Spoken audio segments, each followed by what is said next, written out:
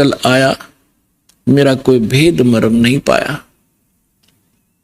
परमात्मा अपनी महिमा कबीर जी स्वयं बताते हैं कि मैं सतलोक से चलकर आया हूं और मेरी महिमा से कोई परिचित नहीं है। अवगत से चल आया, मेरा कोई भेद मर्म नहीं पाया। अब क्या बताते हैं परमात्मा। एक बार गोरखनाथ जी ने रामानंद जी, स्वामी रामानंद जी आचार्य जी को आध्यात्मिक गोष्ठी के लिए पुकारा, बुलाया, आमंत्रित किया, ललकारा। अब रामानंद जी वैसे तो विद्वान माने जाते थे, गीता वेद घोट रखे थे, उसने कंठस्थ याद थे मंत्र सभी, लेकिन वो सिद्धि नहीं थी उनके पास। और ये नाथ जो होते हैं तपस्वी होते हैं, ये हठ योग करते रहते हैं। हठ योग से कुछ सिद्धियां आ जाती हैं जो इस मानव शरीर की और इस भक्ति के नाशक होती है।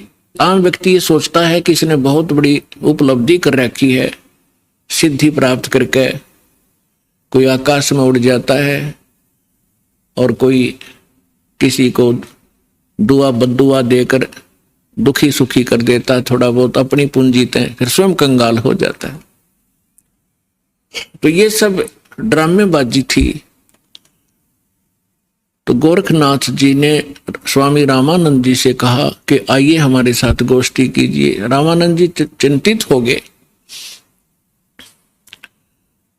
कि श्रोता विद्वान नहीं है और ये नाथ जी जो आए हैं मेरे साथ गोष्ठी करने के लिए, इनमें सिद्धि होती है।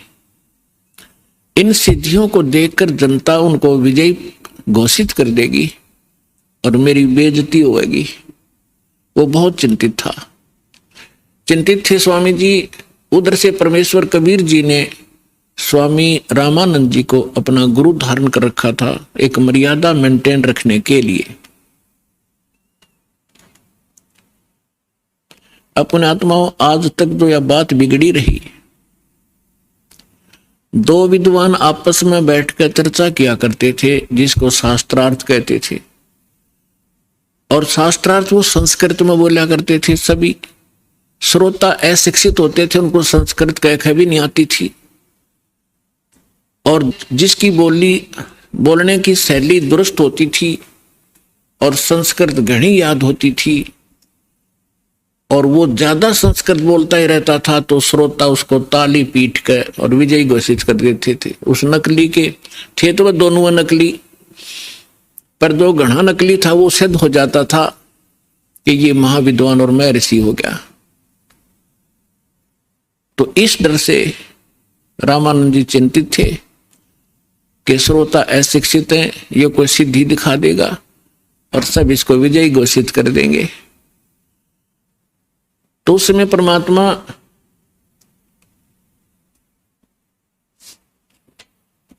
कबीर जी जब अपने गुरुदेव के आश्रम में पहुंचे,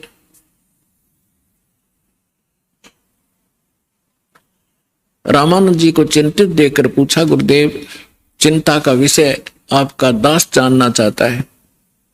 पुण्यात्माओं, जब रामानंद जी के साथ परमात्मा का ऐसा व्यवहार था, यानी परमात्मा होते हुए अपने गुरु के सामने एक सुयोग्य शिष्य की भूमिका किया करते थे। हमारे लिए एक उदाहरण छोड़कर गए थे कि आप जी ने अपने गुरु जी के सामने कैसे रहना चाहिए, और साथ में प्रमाण दिया करते थे कि रामकृष्ण से कौन बड़ा। तुम रामकृष्ण को सुप्रीम पावर मानते हो अज्ञानता से, फिर भी मान कर चलो कि रामकृष्ण से कौन बड़ा। उन्होंने भी गुरु कीन और 3 लोक के वे धनी, गुरु आगे अधीर। तो इस कारण से रामानंद जी ने फिर जब परमात्मा से परिचित हुए, सतलोक सचखंड में मालिक को देखा, तब कहा था, तुम साहेब तुम संत हो, तुम सतगुरु तुम हंस, और राम गरीबदास तेरे रूप बिना और न दूजा अंश। तुम ही परमात्मा हो, साहेब हो, तुम साहेब तुम संत हो। एक संत भी आप ही हो, जो क्वालिटी संत में होनी चाहिए, और परमात्मा तो समर्थ हो ही हो। तुम साहेब तुम संत हो, तुम सतगुरु, सतगुरु माने जो सच्चा ज्ञान यानी बिल्कुल एक्यूरेट और संपूर्ण अध्यात्म ज्ञान भी आप ही के पास है, किसी के पास नहीं। आप वास्तव में सतगुरु हो, सच्चे सतगुरु हो, सच्चा ज्ञान युक्त हो। और तुम साहेब तुम संत हो, तुम सतगुरु, तुम हंस, हंस माने एक नेक आत्मा, एक सुयोग्य शिष्य भी आप ही हो। तो परमात्मा ने कहा, क्या आपका दास चिंता का कारण जान सकता है? तब स्वामी जी के साथ बैठे और भी बहुत से ब्राह्मण ऋषि थे। उन्होंने बताया कि ऐसे कोई नाथ जी आए हैं, उन्होंने स्वामी जी से गोष्ठी करने को कहा है, और नहीं तो जो नहीं गोष्ठी के लिए आएगा तो हार मान ली जाएगी। और दूसरी कंडीशन ये रखी है कि जो हार जाएगा वो जीतने वाले का सह अनुयायी शिष्य बनेगा। तब स्वामी जी ने कहा कि हे भगवान, वो नाथ सिद्धि युक्त है, वो सिद्धि का ड्रामा दिखाएगा, जनता उसकी वाह वाह कर देगी और हमारा मिशन फेल होगा, मुझे चिंता ये खा रही है। तब परमेश्वर ने कहा, स्वामी जी हार जीत की चिंता संत नहीं किया करते, और हमने सामना करना चाहिए, हमें चलना चाहिए। आपका दास भी तो आपके साथ है। रामानंद जी को पता था, क्योंकि वो देख चुके थे उसकी परमात्मा की महिमा को। तब थोड़ा ढाढ़स बंधा और उसकी चुनौती स्वीकार की। अब वहां जहां निश्चित समय और स्थान था वहां पहुंच गए। नाथ जी को आसन दे रखा अलग से, ऊंचा तख्त पर, जमीन पर अलग से आसन बिछा रखा। अच्छा, उधर से रामानंद जी का एक तख्त सा लगाकर वहां आसन लगा दिया। और स्वामी परमेश्वर कबीर जी एक सुयोग्य शिष्य की तरह स्वामी रामानंद जी के चरणों में जमीन पर बैठ गए। और सामने वो नाथ जी, कबीर साहब तो भगवान थे, अंतर्यामी थे, उन्होंने देख लिया गोरखनाथ धक्के खाने आया है। क्योंकि ये कुछ ऐसे साधक होते हैं जो पूर्व जन्मों के संस्कारी होते, और एक पूरे जीवन में उस भक्ति का अपना नाश भी कर जाते हैं, बहुत सी पूंजी लुटा जाते हैं, किसी को चमत्कार दिखाकर, किसी को हानि पहुंचाकर, और किसी को छोटा मोटा लाभ पहुंचाकर, फिर भी उनमें कुछ भक्ति शेष रह जाती है, जिस कारण से वो पितरलोक को प्राप्त हो जाते हैं। और पितरलोक में गए हुए ये एक सुप्रीम भूत होते हैं पितर, और वो कभी भी यहां आके प्रकट होकर के दिख जाते हैं। स्वर्ग के देवता भी यहां आ सकते हैं और वापस जा सकते हैं, लेकिन जन्म मृत्यु उनका कभी समाप्त नहीं हो सकता। तो गोरखनाथ जी ने देखा कि वहां वैष्णव पंथ का ज्यादा प्रचार कर रहे हैं स्वामी रामानंद जी, और नाथ पंथ सिकुड़ता जा रहा है, घटता जा रहा है। अब ये राग द्वेष ऊपर तक घर कर गया, वहां तक इनको यहां से जाने के बाद भी ये दुखी रहते हैं अपने मैं मेरी के कारण। तो जिस कारण से उसने रामानंद जी को पराजित करने के लिए स्वयं आना पड़ा। हालांकि गोरखनाथ जी बहुत पहले अपने मानव शरीर का जो एक कर्म था पूरा करके जा चुके थे। तो परमात्मा ने देख लिया कि तो गोरखनाथ है, अपने वो तो जानी जान थे। तब गोरखनाथ जी ने कहा कि आइए रामानंद जी मेरे साथ गोष्ठी कीजिए। तब परमात्मा एक बालक थे छोटे से 10-12 वर्ष की आयु के, ये लीला कर रहे थे उस समय जब गोरखनाथ जी गोष्ठी करने के लिए आए थे। तब परमात्मा खड़े हुए कबीर जी और कहा कि नाथ जी पहले मेरे से गोष्ठी कीजिए और बाद में मेरे सतगुरु से बात कीजिए। मेरे से निमट ले पहले, फिर गुरु जी से बात करना। अब गोरखनाथ जी इस बात से बड़ा दुखी हुआ कि अरे कबीर, तू छोटा सा बालक, तेरी आयु क्या है और तू गोष्ठी करेगा मेरे साथ? पता है मैं कौन हूं? कबीर साहब ने बता दिया कि मुझे मालूम आप कौन हो, आप गोरखनाथ हैं। इस बात से उसको बड़ा झटका लगा कि छोटे से बालक ने मुझे पहचान लिया। फिर गोरखनाथ जी ने कहा कि आपकी आयु क्या है? परमात्मा बोले कि सबसे बड़ा मूर्ख वो है जो मेरी आयु मुझे बालक बता रहा है। गोरखनाथ जी सुन रहे थे, अंदर से दुखी भी खूब हो रहे थे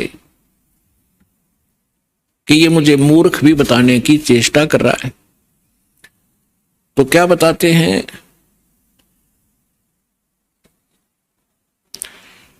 अब परमात्मा की महिमा वाणी में लिखा है, वो थोड़ा पढ़ के सुनाता हूं आपको।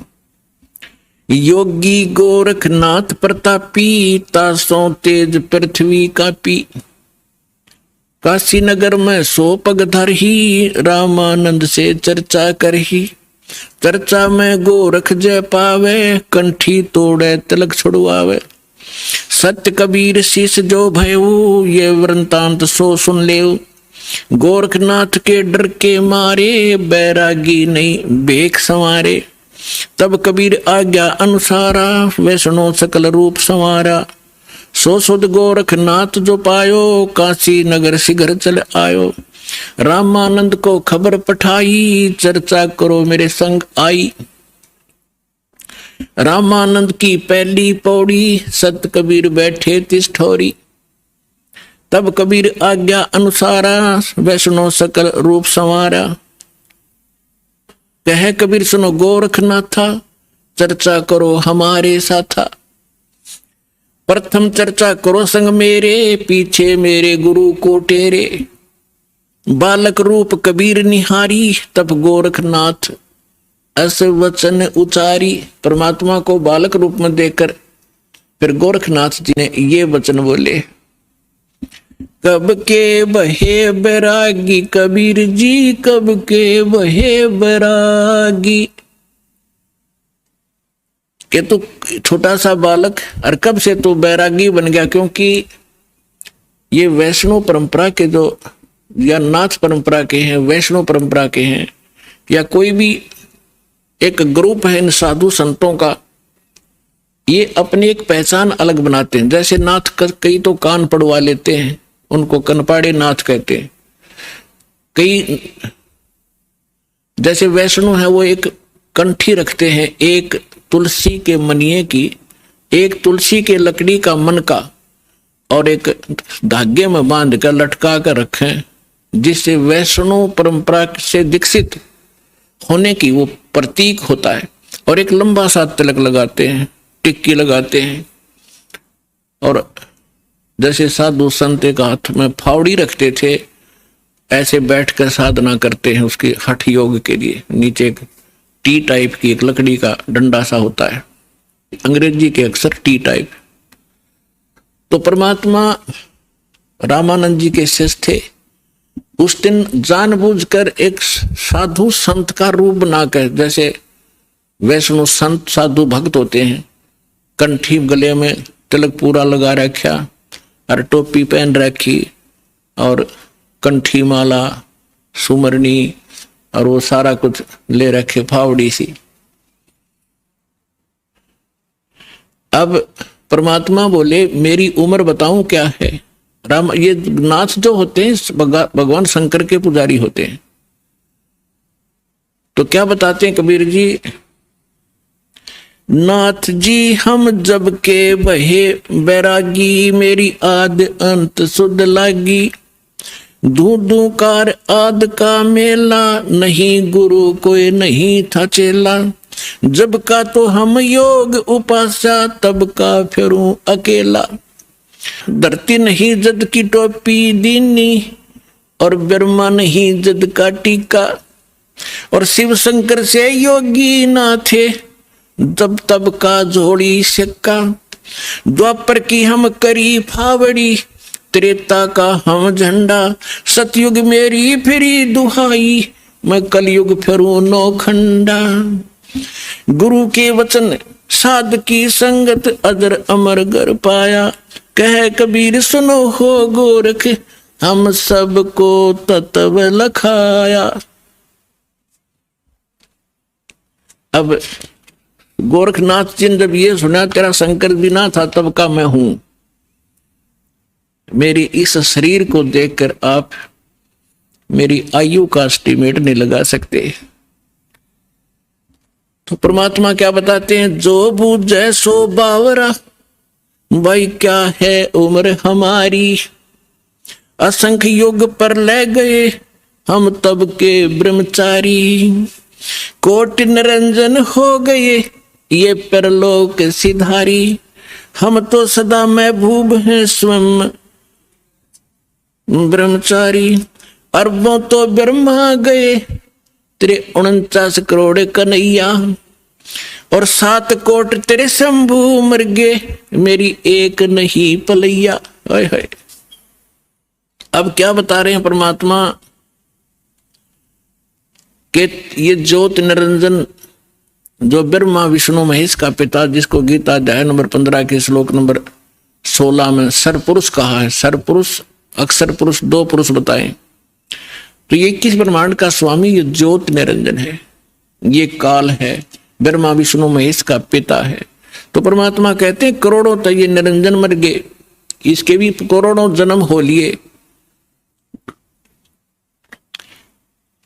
और फिर कहते हैं अरबों तो ब्रह्मा गए और 49 करोड़ कन्हैया और 7 करोड़ तेरे शिव शंकर मर गए मेरी एक नहीं पलैया।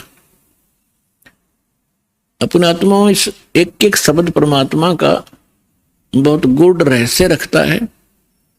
जैसे ब्रह्मा जी की 100 वर्ष की आयु है, उसकी आयु कैसे बनती है, 100 वर्ष कैसे बनते हैं, जैसे सतयुग त्रेता द्वापर कलयुग 4 युग का एक चतुर्युग होता है, इसमें 43,20,000 कुल वर्ष होते हैं अपने मनुष्यों के वर्ष, और ऐसे ऐसे 1000 चतुर्युग का ब्रह्मा जी का दिन, इतनी ही रात्रि, फिर 30 दिन रात का 1 महीना और 12 महीने का वर्ष ऐसे बने हुए, और फिर 100 वर्ष की आयु ब्रह्मा जी की। ब्रह्मा जी की से 7 गुना विष्णु जी की आयु अधिक है, और विष्णु जी से 7 गुना शंकर भगवान की। तो यहां परमात्मा क्या बता रहे हैं, अरबों तो ब्रह्मा गए 49 करोड़ कन्हैया तेरे विष्णु जी, और 7 करोड़ तेरे शंभू मर गए मेरी एक नहीं पलैया, मेरे जीवन की एक पल भी नहीं घटी। अर्थात परमात्मा अविनाशी हैं, और ये बता रहे हैं कि तेरे ब्रह्मा विष्णु महेश भी नाशवान है। इस बात नाथ जी दुखी हो गए कि ये हमारे भगवानों को अजरो अमर है, ये तो इनको नाशवान बता रहे हैं। तो परमात्मा कहते हैं एक ना भूला दो ना भूली, भूली सब संसारी, सबका बोल पट दिया मेरे साथ 2 भाई, मैंने सब जग भूला पाया। इसी भूल में ब्रह्मा भूला जिन ये वेद सरसाया, और वेद पढ़ के पंडित भूले मर्म भेद नहीं पाया। इसी भूल में विष्णु भूला जिन वैष्णव पंथ चलाया, और वैष्णव पंथ चलाया। इसी भूल में शिव शंकर भूले जिन भिक्षुक पंथ चलाया, और सिर पर जटा हाथ में खप्पर घर घर अलग जगाया। मेरे साथ 2 भाई, मैंने सब जग भूला पाया। इसी भूल में विष्णु भूले जिन वैष्णव पंथ चलाया, और तीर्थ व्रत का बड़ा महात्म बहुविध जीव फंसाया। तो यहां गोरखनाथ जी को परमात्मा बता रहे हैं कि अरबों तो ब्रह्मा गए ये 49 करोड़ कन्हैया, 7 करोड़ तेरे शंभू मर गए मेरी एक नहीं पलैया, कोटिन नारद हो गए ये मोहम्मद से चारी, देवताओं की गिनती नहीं क्या सृष्टि बिचारी, नहीं बूढ़ा कहते ना मैं बूढ़ा ना बालक, और ना कोई बाट भिखारी, ना बूढ़ा ना ही बालक ना कोई भाट भिखारी, कहे कबीर सुनो हो गोरख ये सुन ले उम्र हमारी। मैं ना बालक हूं ना मैं वृद्ध हूं ना कोई भाट भिखारी हूं, और ये मेरी महिमा तेरे को मैंने बता दी, मैं ये हूं। अब गोरखनाथ जी को बड़ा दुख हुआ, इज्जत का नाश हो गया कि छोटा सा बालक और इतना बड़बड़ बोल रहा है। इनके पास एक हल्दी की गांठ थी, उसके पास सिद्धि की। गोरखनाथ जी ने अपने आसन के साथ में त्रिशूल गाड़ रखा था, एक ऊपर 3 एरो से होते हैं और नीचे से वो एक पाइप सी, नीचे फिर एक नुकीला सा सिरा होता, उसको जमीन में गाड़ के आसन के साथ रखा हुआ था। 6-7 फुट ऊंचा त्रिशूल। गोरखनाथ जी ने कहा कि यदि तू मेरे साथ वार्ता करना चाहता है कबीर जी, तो आइए मेरे समान आसन में आ जाइए। नाथ जी वहां से उठे जमीन